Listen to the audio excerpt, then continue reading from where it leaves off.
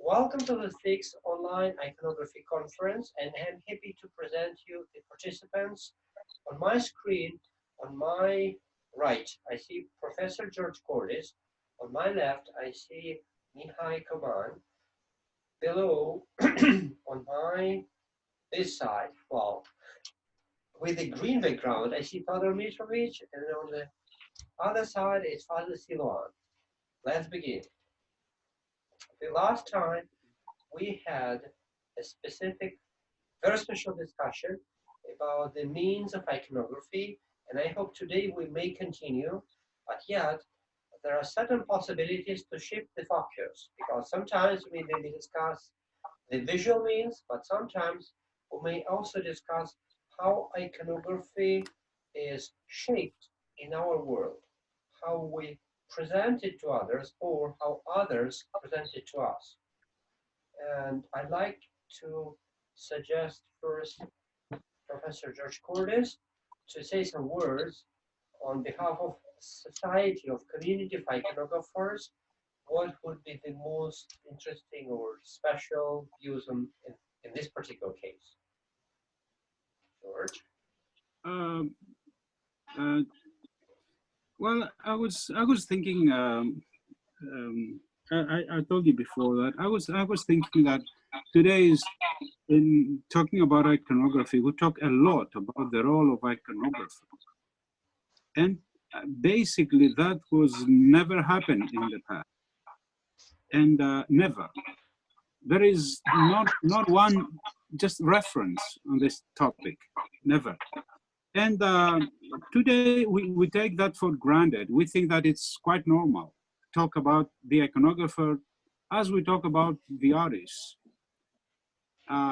So I think that it's a very, very, very interesting topic. And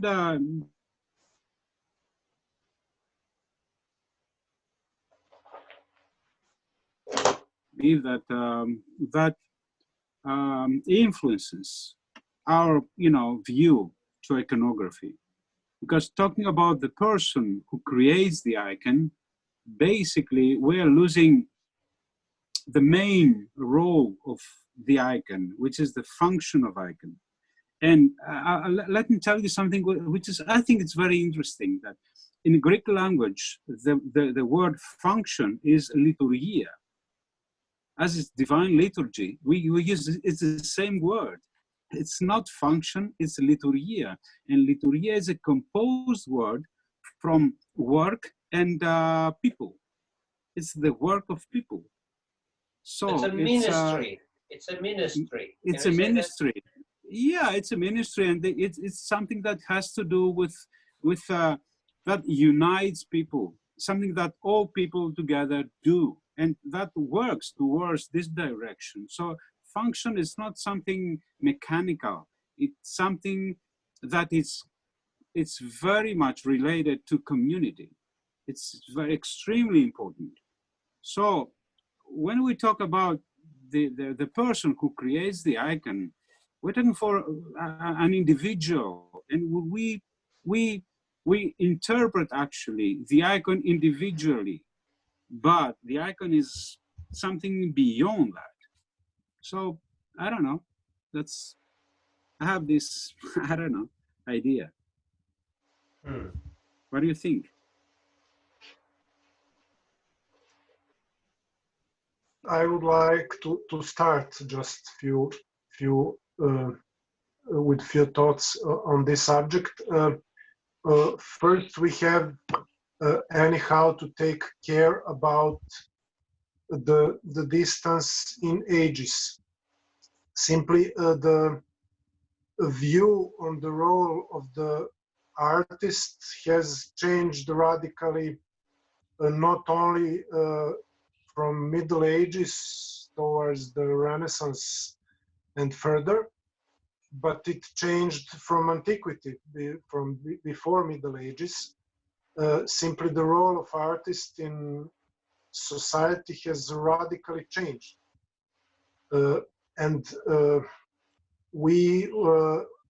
our heritage on this topic is quite a confusing one.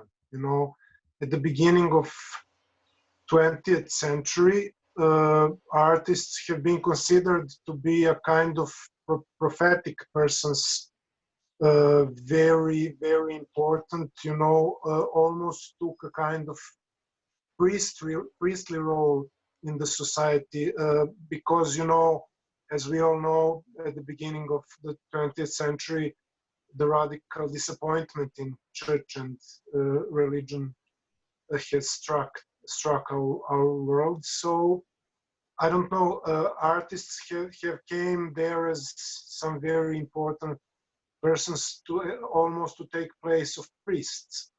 And now, of course, this situation has changed. Artists have not become priests, have not saved the world. Now, actually, it is this role is overtaken by scientists, as I feel, especially we could see during these past events, this kind of priestly role in modern society. So, contemporary artist, if he had any kind of touch with his culture, has this very, very heavy burden on his back, the burden of modernity, how it is precisely said. So we have to take into account simply that our perspective has to be revised. Yes, we have to think about ways middle-age artists have been thinking, but we cannot think this way. I don't think that influences the product. Absolutely, Yeah, absolutely. so we have, of course, we have to take this into account, but just we also have to be fair to ourselves and to say that we have a lot of things in our minds that has not been existing in minds of middle-aged artists. It's important to trace why that happened, why that change happened after Middle Ages. That basically that starts in Middle Ages from scholasticism. Scholasticism is the basis of our culture. We don't recognize, but that's the basis of Western civilization. Scholasticism, which is basically influenced from Aristotelian philosophy, which is the mind. The mind is the center of everything.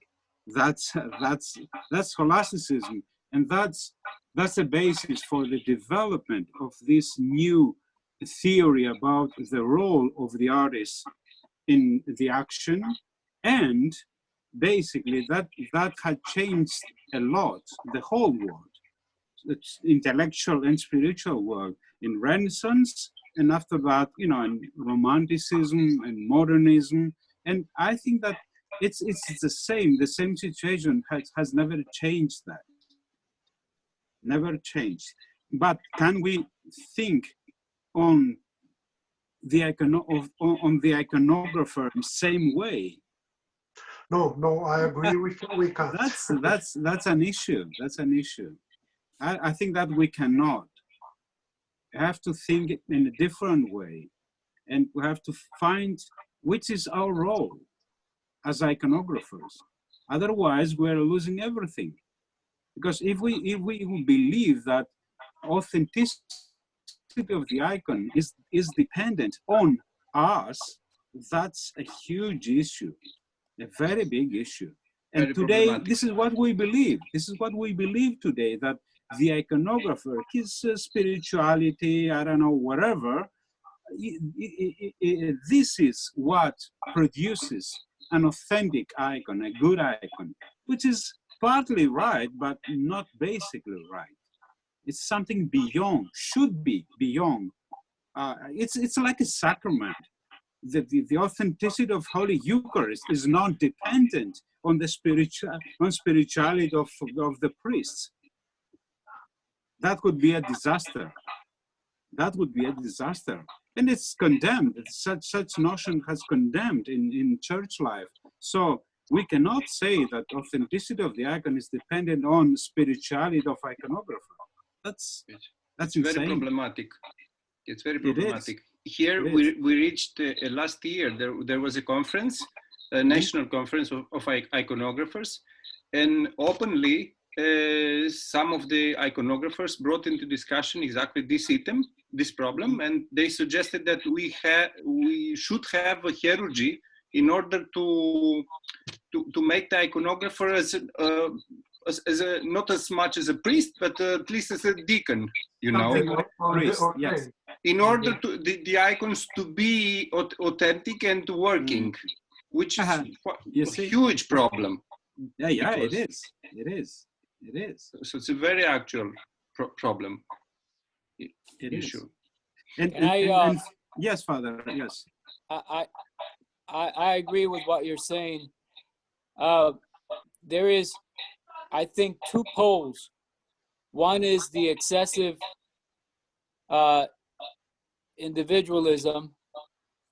The other pole is the excessive communitarianism, or the excessive anonymity. Mm-hmm. There is definitely, going back to what you were saying, there is definitely a paradigm shift that happens with the Renaissance. But as you said, you have the seeds of it in scholastic thought, and that the seeds starts with the Renaissance, and then you have it bloom, so to speak, in its full flower in the 19th century, early 20th century, with the, of course you see it in Romanticism, but it takes its full force in modernism, and so you have that extreme of the importance of the artistic genius, the personal dimension of personal expression. There was a generally speaking, as compared to that, the paradigm in the Middle Ages and even prior, there was much more, like you said, the functional dimension and the anonymity. Like the artists didn't sign their work, and they were not spoken of as much. But you do have, nevertheless, some instances, for example, of people like Theophanes the Greek and Rublev that shine even within a medieval context as exemplary iconographers, and I guess you could see them as being out of the ordinary and unique instances within the general trend of anonymity. And I would venture to say that even within a medieval period, in the context of a workshop tradition, you would have had distinct workshops perhaps outshine others. And so although the artists as an individual might have not been emphasized, the product of the hand of a specific shop, or the specific quality of a body of work would have, I think, maybe I'm wrong, been discerned by an educated general public, and that's why they would go to those workshops. So although the works were not signed as we have it in the modern period, and the individual wasn't really emphasized as we have it now, there was still within that paradigm some degree of discerning individual, the exemplary individual within that context. Now, I think that it is a matter of finding the mean between extremes, because as a church, we're not we often speak about communion, and we often speak about sobornos in the Russian context, but that understanding never undermines the importance of the gift of the individual person within the community. So like you were saying, George, like the liturgia also involves the specific gift that you and I bring to make the Eucharistic, act actually come together in its beauty and its actual realization of love. And so the individual person is never completely erased. No, it's not the substantial. It's not the substantial element.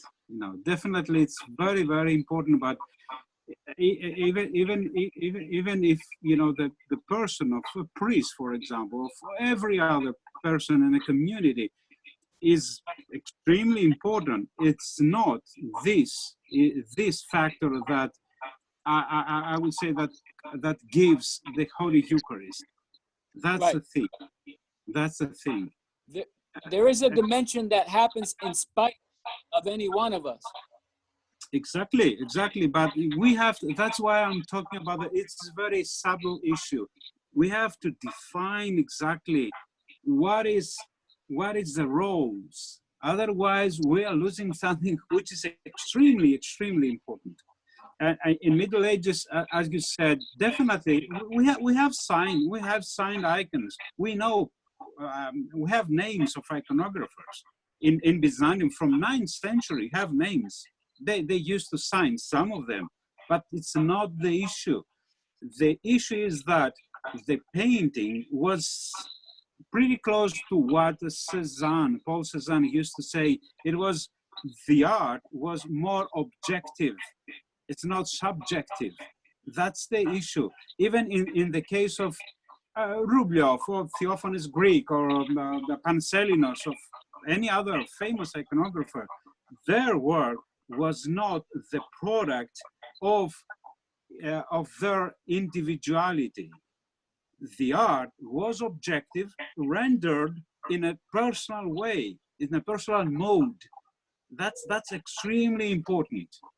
If we will lose that, we are losing everything. But because in church, it's not the substance. It's not the individual. The mode could be personal, but not the thing. And I think the objectifying, clarifying what the objective, concrete, artistic elements are, is the crucial thing. Yeah. But I think there is a recent article that you wrote, George, that appeared in, I think it was put together by the Western Diocese of the Serbian Church. Because you gave a talk, and the proceedings were published, and you tackled that issue, and you differentiate the artistic from the theological components, like those things that are alterable and those things that are not alterable. Okay, right. So that's a very good way of getting a handle of this topic, because the mode, like you're saying, the alterable artistic component is where the individual has the freedom to convey the unalterable theological component in his own way. There is an interpretive dimension, but the interpretive dimension does not override and sacrifice the components that are doctrinal in the compositions, for example. Yeah. And so the one thing that I think becomes becomes a bit more confusing or ambiguous is how we have taken the pictorial principles of the Byzantine tradition as the structure, or like the context in which to express the theology of the church with our own mode of interpretation, but these principles themselves could be interpreted as cultural artistic modes, hence relativizing the importance of their permanence value. I don't know if that makes any sense. Yes, it's a great question. That's a great question. You know? Yeah, it is. It's a beautiful question. And that's what always trips my mind, and that always is in the back of my head as a cautionary note. Do not absolutize the Byzantine mode. But then I'm at a loss, because then, okay, so is there anything firm? Is there anything else? I mean, is there, anyways, so you understand what I mean? It's a tough question. Yeah. I don't know if Todor, someone else. Well, I am not sure that I will tell what is the only firm thing that is left. It's very hard to define it. I think we came close to it in our previous session, to one of firm aspects of ecclesiastical art. But anyhow, I would like to add about the role of artist, the position of artist. I would say that let's say both aspects actually should live together, or more precisely, should actually not be divided. The one which is individual and the one which is collective, or let's say communitary. It's a better word. So I simply want to add that a liturgy do not depend on individual things. The Eucharist do not depend on individuals. But on the other hand, it depends exactly on individuals, because we have to gather the individuals as we are. We have to gather on one place. Without presence of these individuals as they are, there is no liturgy. There is an abstract liturgy. There is no liturgy in papers. It is happening, actually, it is happening with our bodies, minds, and souls, in the presence of exact individual people. This community is made. It is simply like that. This is something that cannot be discussed. Without people, priests, and community, there is no liturgy. We can have building, we can have beautiful art, we can have even some kind of music. So anyhow, this is I think it's quite similar with art.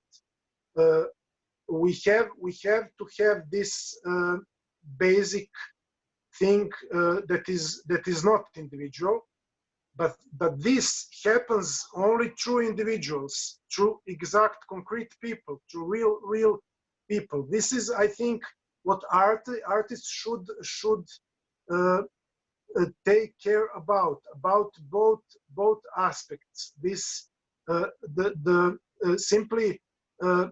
I think these both aspects are actually not divided. This should be some kind of starting point from where both individuality or communitary life are starting, or to say precisely, the individual life is actually communitary. The individual life, if you're thinking about Christian life. No one is dividing them. Just the issue is how to discern their roles. That's the issue. We don't divide. You cannot divide the icon from the artist because he's making the icon. But we have to discern the role of the artist. And okay.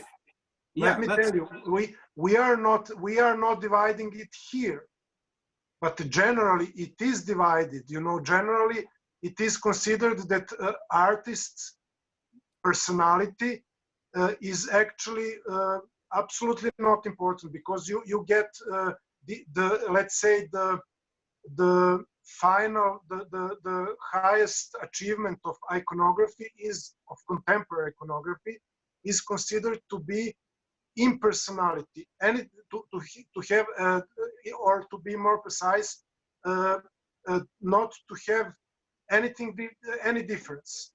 You know, that's the one extreme pole that Father Silouan said. That's the one extreme pole, and the other is, you know. Of course, the other one is. This is why I'm putting the focus on this, that we should not actually exactly what we should take care is not to fall into divisions. This is why I'm insisting on this. You know, that, I believe that the truth is not in the middle. The truth is above. Above, I agree. Exactly. It's not in the middle. It's above, above this, because it's a way of thinking that it's not a proper way of thinking. It's not a contribution of two things. You know, it's a different. Yeah, we have to see the whole thing in a different perspective. That's the issue. What Father Silouan said before, it's extremely nice. It's a very good question. It's a very good question. Father, definitely Byzantine painting, it is a cultural language of this era, of this period, of this era, and this area, okay? But, so it is relative. We cannot absolutize this and say that this is the dogmatically right language to make the icons. But still, this, as an artistic language, Byzantine painting, it is, I would say, a witness of a way of thinking. And that's not relative. This is because this is the way of thinking. We have to think this way, even if we can use different artistic languages. But the way of thinking must be the same. So I think that's its importance. That's why it is important to study this artistic language, because it can offer the way of thinking, the reason behind the artistic element, the artistic solutions. That's the most important thing. And that's why I believe that it is important to see behind, looking for an objective. I'm using this, okay, let's say, not in an absolute way, objective painting, not an I would say subjective or individualistic painting, something more objective.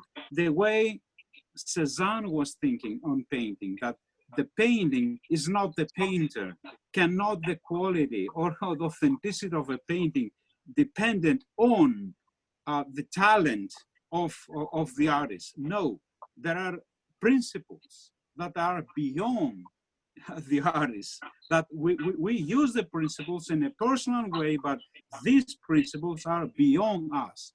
They are related even to human nature, the way we see. All of us, we see red, and this is warm for all of us. This is blue, this is white and black. This is objective, it's not subjective. The relations are enough, I would say, enough subjective, not objective. I don't know, but I don't know, that's it. That's my opinion. Yeah. I would like to add here that this finding of principles in the, I would add something similar to what I spoke about, the, let's say, search, finding these principles. Okay, I won't say defining because it's hard to define in this area, but search for these principles is actually not, in my opinion, is not a contradictory to, should not be a contradictory to personal expression. Yes. This is a basis. This is actually, we could call it collective basis for a personal expression. Yes. And when we have, we can call this, let's say, harmony of those two. Then we get, then we won't have any kind of problem between, you know, authenticity and tradition. These both things simply can live and should live together, cannot be divided actually in ecclesiastical life. I always come to these questions with the subject of language. This is similar as when we learn language. You know, when we learn the basic principles, let's say the language, which through the history has really turned out to be the most appropriate, let's say the deepest language of the ecclesiastical art. When learning language is not against our individuality. Learning basic principles is not a prison for our individuality. It's actually making our individuality free. In which way? Without learning language, there is no way of communication. You know, in speaking language, when you learn language, you learn principles. Exactly. You don't. Right. You know, you learn principles. Language is nothing but the principles. You know, language is actually the most conservative, one of the most conservative human products which define human culture. You know, language itself. I'm speaking about speaking language. Yes. You know, language cannot be changed individually. There is no, you know, you can invent some kind of word, and nobody cares for this. This is nothing. You know, the words are only existing if we have an agreement about the way of their use, about their meaning. So language is extremely conservative. On the other hand, no one complains this. You know, when kid wants to learn the language, they are rushing to learn it because they know this is the way they are entering the community with their parents. This is the means to enter the community. So language is the basic thing of communication, which is not preventing creativity. On the contrary, only when you learn the principles, you can creatively express yourself in the world of humans. This is how it goes. You cannot, and this is what we finally do in iconography or any kind of art actually. But in iconography, we learn the ecclesiastical, let's say, language. We learn, we learn the principles, but principles are not enough for themselves. The same way as the language, speaking language is not enough. It is not existing without human use. So when we use these principles, we naturally use it in our way. There is no opposition between our creativity and the principles. So when we put the principles into the song, then the principles of language, of speaking language, when we write a song in speaking language, then it becomes alive. Then it becomes, the language in its best. So this is why I think it's very useful comparison with ecclesiastical art. And this is where actually the rules and the principles are not in conflict with creativity. There is not any conflict actually. This is, I think, how the ecclesiastical art could work. In my opinion, this is the way to overcome the distinction between principle and individuality. Then individuality is not over the principles, and principles are not above the individuality. It goes simply cannot live without each other. And okay, the next question, so I can finish it, which is harder than this, is to define the principles. This is, or at least to show them. We cannot maybe define them as precisely as in speaking language, but this is what we have done. We have begun to do in our previous session. This is what I wanted to add. What do you think, guys, about this perspective? Well, we've touched on the on the question of color. George was actually showing very clearly via the Komnenian school the approach to color, which I think is a principle that has continuity and that extends throughout the centuries. The juxtaposition of warm and cool, as George was describing, using the Komnenian example, I think of from Osios Lucas, the fresco. Yeah. That's one principle. The beauty of that is that it is specific enough without being restrictive in any way or form. Because depending on the individual's temperament, they could approach the relationship with cool and warm in so many different harmonies and chords. And endless. Yes, it's like you can't restrict it whatsoever. But it is specific enough for you to be able, like, as a especially because this relates to the whole pedagogical question, the question of teaching other people icon painting. You're using that principle as a focus. You could very clearly show a student what's happening in an icon, and to break it down for them to be able to then apply those principles later on in their own work. And so that's, I think, one side of it.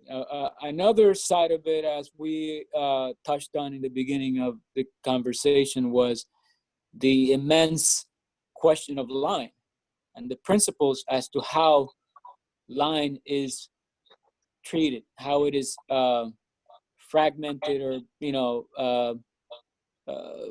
used in a way of organizing the various hypotheses in a composition, and how from the smaller components to the larger, and then the composition as a whole, and how the composition relates to the viewer, line plays a major organizing role.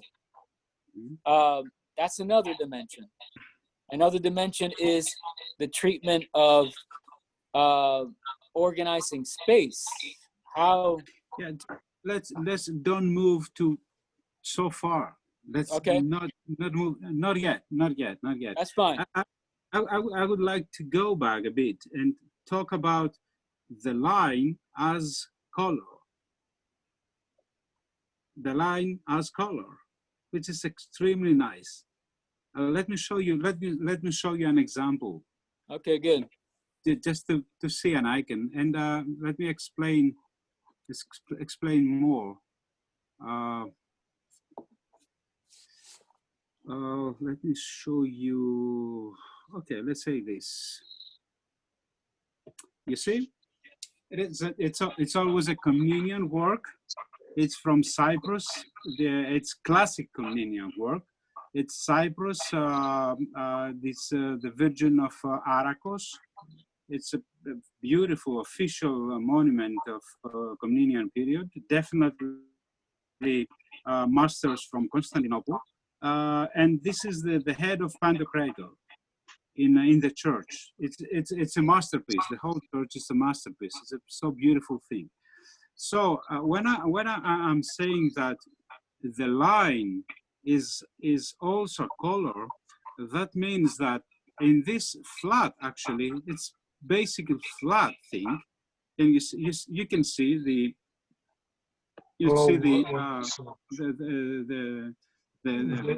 there is actually no plasticity. So we don't have we don't have layers of light. Basically, it's minimal, and basically the whole plasticity is rendered through line. That's extremely nice. It's so beautiful. So you can see that. Look through these lines. You see all these lines actually. You see. Yes. Oh, that renders the plasticity. And of course, same happens here with the features. It's render plasticity through lines, everything. So in that case, we can definitely say that line here, in this case, line is light. So it is color, works, functions like light. So that's extremely beautiful. It's very nice to see this dimension in every period, more or less, but you can see, you can trace that in every school of iconography. This dimension of line as light, line as volume, which is beautiful. It's so nice. It's incredible. It's incredible. Look at the volume here through the line. And definitely the line that creates rhythm and joins every section and gives unity in everything. That's incredible, beautiful. So I was just mention that since Father went towards this direction. Can I try to continue here? Sure. What is actually, when I watch this unbelievable masterpiece, what I see here is that actually these lines are it is actually the hardest way to explain the forms, you know. Only with lines. It's what it needs. It's absolute, let's say, some kind of absolute feeling of the form, some kind of inner feeling of the form. So every let's say little move, every little change in direction of the line actually defines the form. So this speaks about what you said, the existence of the icon, let's say, out of the pictorial space. I think in this case, in practice, in artistic practice, these artists, like this one, had actually a clear image of Christ in their head. You know, not image as image, not two-dimensional image. They had a real figure of Christ. They had their own, let's say, inner figure of Christ in their head. I mean, I'm not speaking about mystical experience. I'm speaking simply about their inner knowledge of Christ's face. And this is why he can render the forms with such a minimal artistic means, with such a minimal, you know, minimal use of formal elements, almost only by lines. This is what I feel when I see this face, you know. Yeah. I mean, Yeah, there is some kind of mystical feeling for this line. yeah, definitely. It's something perfect. Every line, every specific line is a part of, I would say it's a part of a perfection union. That is nothing is random, nothing. Even very small lines like that, you see? Even these Yeah. small lines, very small things. Definitely you cannot see that from a distance, but even that, it's just small. It's part of this unity, this rhythmical unity. Uh, for me, the biggest lesson from this masterpiece is that the, the ultimate goal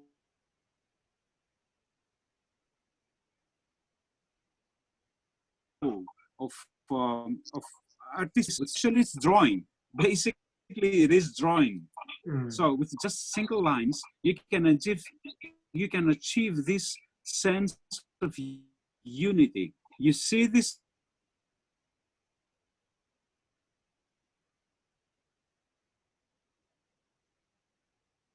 icon, and you see you can see, you can feel it, you can experience that.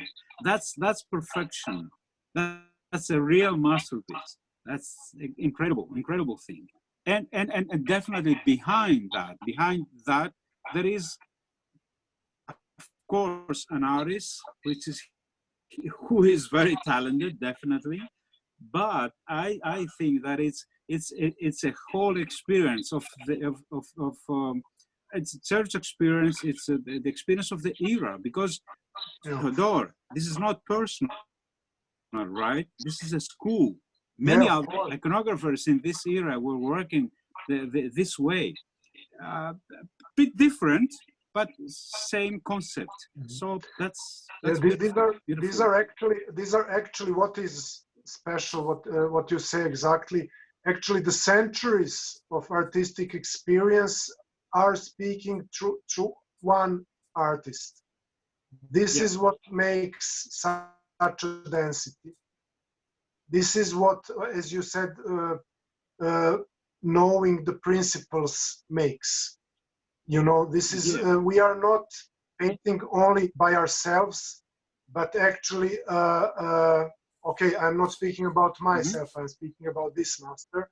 He is not painting by himself or for himself, but the thousands, the hundreds of years experience for him.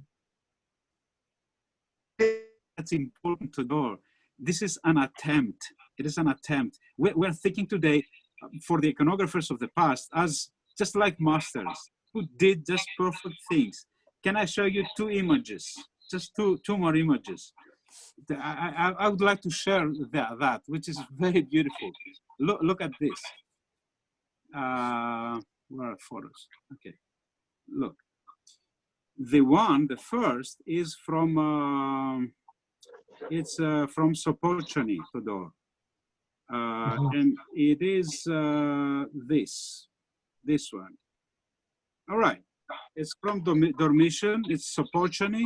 It's around 1265 or something like that.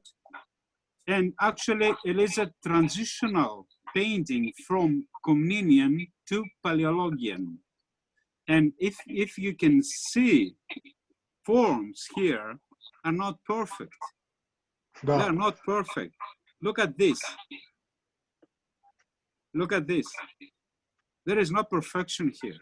This is unimperfect. This is something that comes from Comnenian. These lines here. This is Comnenian thing, and this is Paleologian. And so this is an attempt that goes towards this. Let me show you the other now. The perfection. What is that? There are many, but I want to show you this. This is perfection. This is Pancellinus from Mount Athos. Of course. So this is an attempt. There is a process. Maybe maybe he's the same painter who worked in Sopochany. Maybe he was a helper over there, assistant, and after that he grew up and he did that. It's extremely important to see the art in the making as a creative process, not something that just came down from heaven in one night and something that happened. No, it's something that was happening, and it is something that is happening. What we do today, maybe it's just a process towards, maybe, I don't know. Yeah, for sure. I agree with this absolutely. I mean, this is exactly what they have been doing. They have been, like entering this huge stream of art that would exist even without their presence.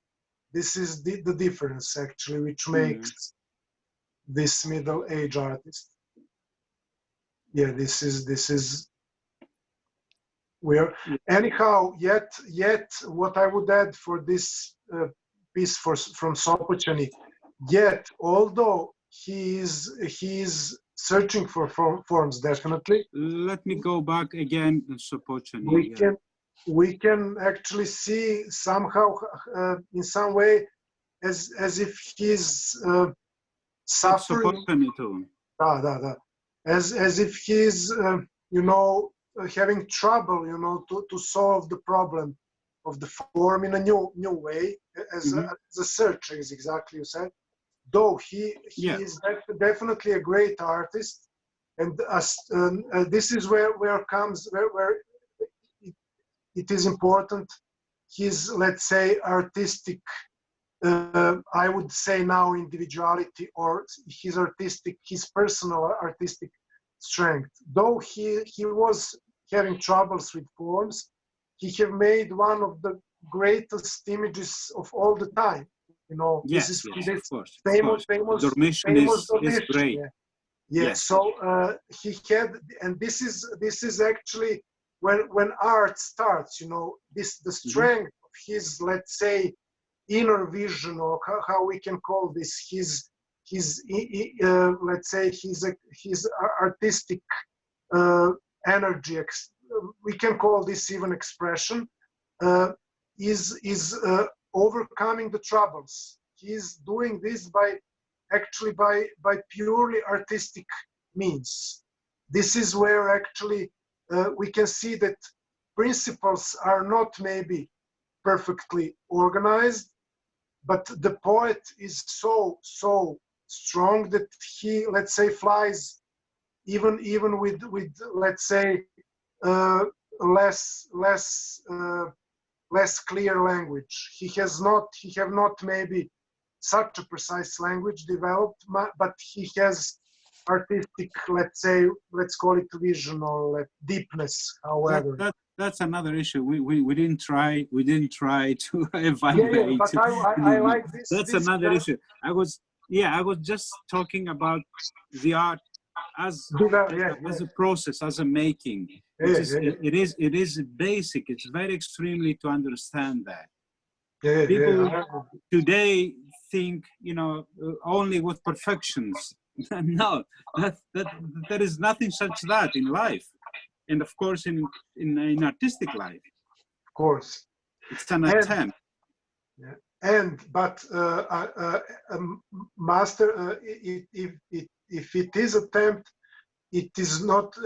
It can be also a masterpiece. It's not in opposition. This is what I actually wanted to add. It's not. We do not seek a perfection by itself. This is actually this is what I wanted to add. Yes, I would add that this idea helps us not to absolutize the Sopochany master or Panselinos. No. That is not what we should do. Exactly. This is exactly the point.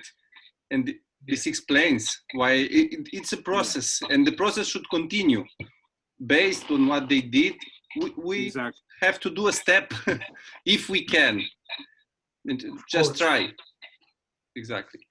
And I would here add, and sorry. No, sorry. Yeah, because many of us they absolutize the one style or one solution, one artistic solution, and this is very problematic, I believe. I agree. This ties to what Todor was saying about the inner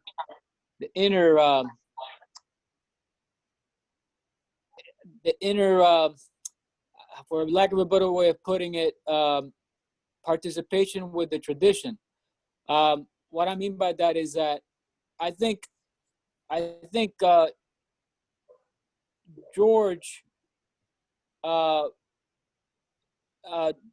does this in the way he teaches his classes, insofar as he tries to get the students to learn the principles, but to do the drawing with their own hands.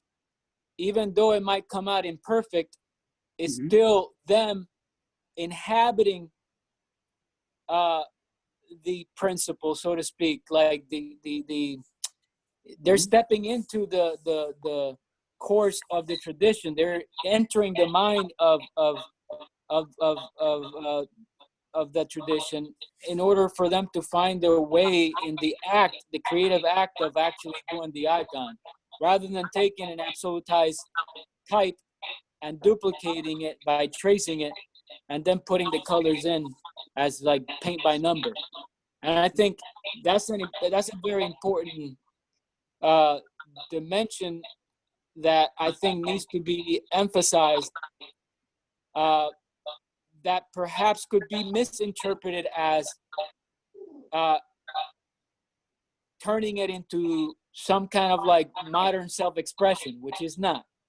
Is to be able to inhabit the principles of tradition in a personal way, in the creative act, in spite of the shortcomings, which will produce an image that will be more living than just being an absolutist about, like, following letter by letter what has been done in the past. And I think, my opinion is that what gave these masters that we look up to such great force, artistic force, is the fact, like Toiler was saying, is the fact that they internalized the language. They knew the language without even thinking about it. Yeah. When they approached the subject, they knew what the subject entailed in terms of what the major components of the compositions entailed. And they knew the principles, the pictorial principles. And so they would enter into that building, or they would work on the board with all that within themselves. And that's why, by the way, that's why Theophanes the Greek was hailed as such a master, because he is, of course, described, I think, as Epiphanius the Wise, about his process of painting, and he describes him as not relying on any patterns, and he mocks the contemporary iconographers that would spend hours looking at models before they put any line down, because of their trepidation. They didn't know what they were doing. And so, and that's why he was considered to be such a great master, because he had internalized all these pictorial principles and the compositional forms. The other interesting comparison here is, I was reading